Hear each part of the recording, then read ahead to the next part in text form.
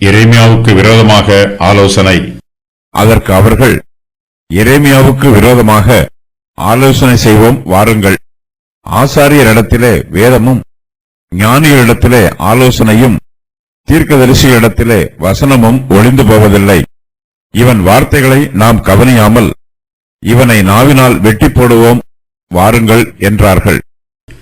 எரேமியா இப்போது கர்த்தரிடத்தில் தனக்காக ஜெபம் பண்ணுகிறார். தன்னுடைய சொந்த நிலைமையை கர்த்தரிடத்தில் முறையிடுகிறார். எரேமியாவின் ஜெபம் நமக்கு நல்ல சத்தியங்களை உபதேசம் பண்ணுகிறது.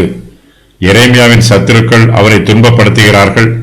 எரேமியாவை வேதனைப்படுத்துவதற்கு அவர்கள் என்னென்ன வழிகளை கையாளுகிறார்கள் என்பது இங்கு விவரிக்கப்பட்டிருக்கிறது. எரேமியாவின் சத்துருக்கள் அவருக்கு விரோதமாக ஆலோசனை செய்வதற்கு ஒன்று கூடி வந்திருக்கிறார்கள். எரேமியா கர்த்தருடைய செய்தியை யூதாவின் மனுஷருக்கு சொன்னார். ஆனால் அவர்களோ கர்த்தருடைய வார்த்தைக்கு செவி கொடுக்கவில்லை. தங்கள் மீது கர்த்தருடைய நியாய தீர்ப்பை சொன்ன எரேமியாவின் மீது கோபப்படுகிறார்கள். அவர் இனிமேல் ஒன்றும் பேச முடியாதபடி அவருடைய நாவை அடைப்பதற்கு சதி ஆலோசனை பண்ணுகிறார்கள். எரேமியாவுக்கு விரோதமாக ஆலோசனை செய்வோம் வாருங்கள் என்று தங்களுக்குள் சொல்லிக்கொண்டு ஒன்று கூடுகிறார்கள். அவர்கள் எரேமியாவுக்கு விரோதமாகவும் ஆலோசனை பண்ணுகிறார்கள். எரேமியா தங்களுக்கு சொன்ன தேவனுடைய நியாய தீர்ப்புக்கு விரோதமாகவும் ஆலோசனை பண்ணுகிறார்கள். யூதாவின் மனுஷரும் எருசலேமின் குடிகளும் மாய்மாலமாய் ஜீவிக்கிறார்கள். கர்த்தரிடத்தில் தங்களுக்கு அதிகமான பக்தி இருப்பதாகவும் யூதாவின் மனுஷர் மீது தங்களுக்கு அதிகமான அக்கறையும் கரிசனையும் இருப்பதாகவும் காண்பித்துக் கொள்கிறார்கள். அவர்களுக்கு கர்த்தர் மீது பக்தியும் இல்லை, கர்த்தருடைய வாக்குத்தத்தத்தை குறித்து வைராக்கியமும் இல்லை. எரேமியா தொடர்ந்து பிரசங்கம் பண்ணினால் தங்களுடைய மாய்மாலம் வெளிப்பட்டுவிடும் என்று யோசிக்கிறார்கள். ஆகையினால் அவர்களால் எரேமியாவின் பிரசங்க செய்தியை தாங்கிக் கொள்ள முடியவில்லை. ஆசாரியரிடத்தில் வேதமும், ஞானிகளிடத்தில் ஆலோசனையும், தீர்க்கதரிசிகளிடத்திலே வசனமும் ஒளிந்து போவதில்லை என்று எரேமியாவின் சத்துருக்கள் தங்களுக்குள்ளே சொல்லிக் கொள்கிறார்கள். கர்த்தருடைய ஊழியக்காரர்களுக்கு ஜீவன் இருக்கும் வரையிலும் அவர்கள் கர்த்தருடைய ஊழியத்தை செய்து கொண்டே இருப்பார்கள். அவர்களுடைய ஊழியத்தை தடை பண்ண முடியாது. அவர்களுடைய மூச்சு நின்று போனால்தான் அவர்களுடைய பேச்சு நிற்கும். ஊழியக்காரரின் ஜீவன் போனால்தான் அவர்களுடைய ஊழியம் நின்று போகும். எரேமியாவின் சத்துருக்களுக்கு கர்த்தருடைய ஊழியக்காரர்களை பற்றி நன்றாய் தெரிந்திருக்கிறது. ஆகையினால் எரேமியாவை கொண்டு போடலாம் என்று தங்களுக்குள்ளே சதி ஆலோசனை பண்ணுகிறார்கள். சத்திய வேதம் அவன் வாயில் இருந்தது. அவனுடைய உதடுகளில் அநியாயம் காணப்படவில்லை. அவன் என்னோட சமாதானமும் யதார்த்தமுமாய் சஞ்சரித்து அநேகரை அக்கிரமத்தினின்று திருப்பினான். மல்கியா 2:6. எரேமியாவின் சத்துருக்கள் உயர்ந்த அதிகாரங்களில் இருக்கிறார்கள்.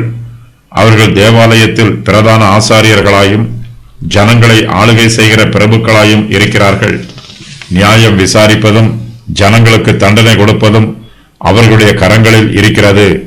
நியாயம் விசாரணை செய்யப்படும் இடங்களில் அவர்களுடைய யோசனைகள் தான் நிறைவேறும். அவர்களுடைய வார்த்தைக்கு விரோதமாக அங்கே யாராலும் எதிர்த்து பேச முடியாது. எரேமியாவின் சத்துருக்கள் அவருக்கு விரோதமாக சதி ஆலோசனை பண்ணுகிறார்கள். எரேமியா உண்மையான தீர்க்கதரிசி அல்ல என்று அவர்கள் தீர்மானம் பண்ணுகிறார்கள். அவர் ஒரு கள்ள தீர்க்கதரிசி என்று எரேமியாவின் மீது தவறான முத்திரை குத்துகிறார்கள். ஆசாரியர்கள் எல்லோரும் எரேமியாவின் சத்துருக்கள் பக்கமாய் இருக்கிறார்கள். அந்த ஆசாரியர்கள் எல்லோருமே எரேமியாவின் தீர்க்க தரிசன ஊழியத்தை அங்கீகரிக்கவில்லை. எரேமியாவின் தீர்க்க தரிசன வார்த்தைகள் மற்ற தீர்க்கதரிசிகளின் வார்த்தைகளோடு ஒத்துப்போகவில்லை. ஆகையினால் எரேமியாவின் சத்துருக்கள் அவரை கர்த்தருடைய தீர்க்கதரிசி என்று அங்கீகரிக்கவில்லை. எரேமியா கர்த்தருடைய தீர்க்கதரிசி அல்ல என்றால் அவர் சொல்லுவதும் கர்த்தருடைய வார்த்தையாக இருக்க முடியாது என்று தீர்மானம் பண்ணுகிறார்கள். எரேமியா தீர்க்கதரிசிகளை பற்றியும் ஆசாரியர்களை பற்றியும் தீர்க்க தரிசனமாய் சொல்லி இருக்கிறார். அவர்கள் ஜனங்களை வஞ்சிக்கிறார்கள் என்றும் அவர்களை பற்றி சொல்லிவிடுகிறார். தீர்க்கதரிசிகள் கள்ள தீர்க்க தரிசனம் சொல்லுகிறார்கள். ஆசாரியர்கள் அவர்கள் மூலமாய் ஆளுகிறார்கள். இப்படி இருப்பது என் ஜனத்திற்கு பிரியமாய் இருக்கிறது. ஆனாலும் முடிவிலே என்ன செய்வீர்கள்? எரேமியா 5:31. அப்பொழுது கர்த்தர் என்னை நோக்கி, தீர்க்கதரிசிகள் என் நாமத்தை கொண்டு பொய்யாய் தீர்க்க தரிசனம் சொல்லுகிறார்கள். நான் அவர்களை அனுப்பினதுமில்லை, அவர்களுக்கு கற்பித்ததுமில்லை, அவர்களோட பேசினதுமில்லை. அவர்கள் கள்ள தரிசனத்தையும் கள்ள சகுனத்தையும் இல்லாத விசேஷத்தையும் தங்கள் இருதயத்தின் கபடத்தையுமே உங்களுக்கு தீர்க்க தரிசனமாய் சொல்லுகிறார்கள். ஆதலால் நான் அனுப்பாதிருந்தும் என் நாமத்தை கொண்டு தீர்க்க தரிசனம் சொல்லி இந்த தேசத்திலே பட்டயமும் பஞ்சமும் வருவதில்லை என்கிற தீர்க்கதரிசிகளை குறித்து, இப்படிப்பட்ட தீர்க்கதரிசிகள் பட்டயத்தாலும் பஞ்சத்தாலும் சாவார்கள். எரேமியா 14:14-15. அந்நாளிலே ராஜாவின் இருதயமும் பிரபுக்களின் இருதயமும் மடிந்து போம், ஆசாரியர்கள் திடுக்கிட்டு தீர்க்கதரிசிகள் திகைப்பார்கள் என்று கர்த்தர் சொல்லுகிறார். எரேமியா 4:9. ஞானிகள் வெட்கி கலங்கி பிடிபடுவார்கள். இதோ கர்த்தருடைய சொல்லை வெறுத்து போட்டார்கள். அவர்களுக்கு ஞானம் ஏது? ஆகையால் அவர்களுடைய ஸ்திரீகளை அந்நியருக்கும் அவர்களுடைய வயல்களை அவைகளை கட்டி கொள்பவர்களுக்கும் கொடுப்பேன். அவர்களிலே சிறியோர் தொடங்கி பெரியோர் மட்டும் ஒவ்வொருவரும் பொருளாசைக்காரராய் இருக்கிறார்கள். தீர்க்கதரிசிகள் தொடங்கி ஆசாரியர்கள் மட்டும் ஒவ்வொருவரும் பொய்யராயிருந்து சமாதானம் இல்லாதிருந்தும் சமாதானம் சமாதானம் என்று சொல்லி என் ஜனமாகிய குமாரத்தியின் காயங்களை மேற்பூச்சாய் குணமாக்குகிறார்கள். எரேமியா 8:9-11 வரை. அப்பொழுது நீ அவர்களை நோக்கி, இதோ இந்த தேசத்தின் குடிகள் எல்லோரையும், தாவீதின் சிங்காசனத்தின் மேல் உட்கார்ந்திருக்கிற ராஜாக்களையும் ஆசாரியர்களையும் தீர்க்கதரிசிகளையும் எருசலேமின் குடிகள் எல்லோரையும் நான் வெறியினால் நிரப்பி பிதாக்களும் பிள்ளைகளுமாகிய அவர்களை ஒருவர் மேல் ஒருவர் மோதி விழப்படும் பண்ணுவேன் என்று கர்த்தர் சொல்லுகிறார். நான் அவர்களை அழிப்பதே அன்றி மன்னிப்பதுமில்லை, தப்ப விடுவதுமில்லை, இறங்குவதுமில்லை என்று கர்த்தர் உரைக்கிறார் என்று சொல் என்றார்.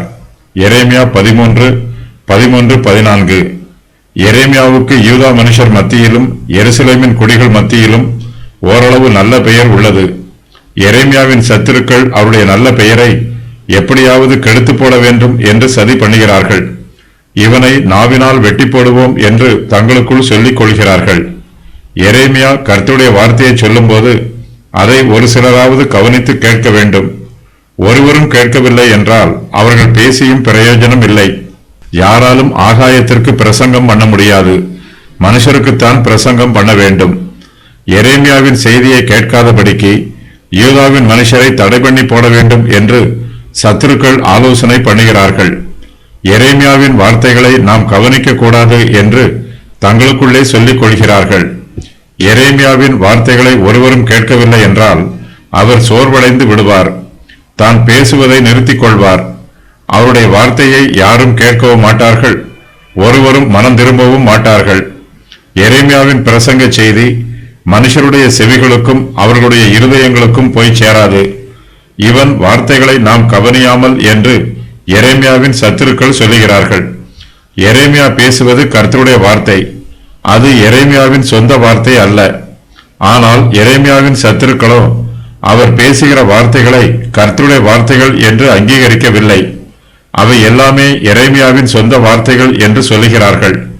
ஆகையினால் எரேமியா என்ன சொன்னாலும் அது அவருடைய வார்த்தைகள் என்றே சொல்லுகிறார்கள். அவை கர்த்தருடைய வார்த்தைகள் என்பதை நம்ப மறுக்கிறார்கள். எரேமியாவின் சத்துருக்கள் அவரை கொன்று போடவும் தீர்மானம் பண்ணுகிறார்கள். அவர்களுடைய சதி ஆலோசனை எரேமியாவுக்கு தெரிந்திருக்கிறது. கர்த்தாவே, அவர்கள் எனக்கு விரோதமாக செய்யும் கொலை பாதக யோசனையை எல்லாம் நீர் அறிவீர் என்று எரேமியா கர்த்தரிடத்தில் விண்ணப்பம் பண்ணுகிறார்.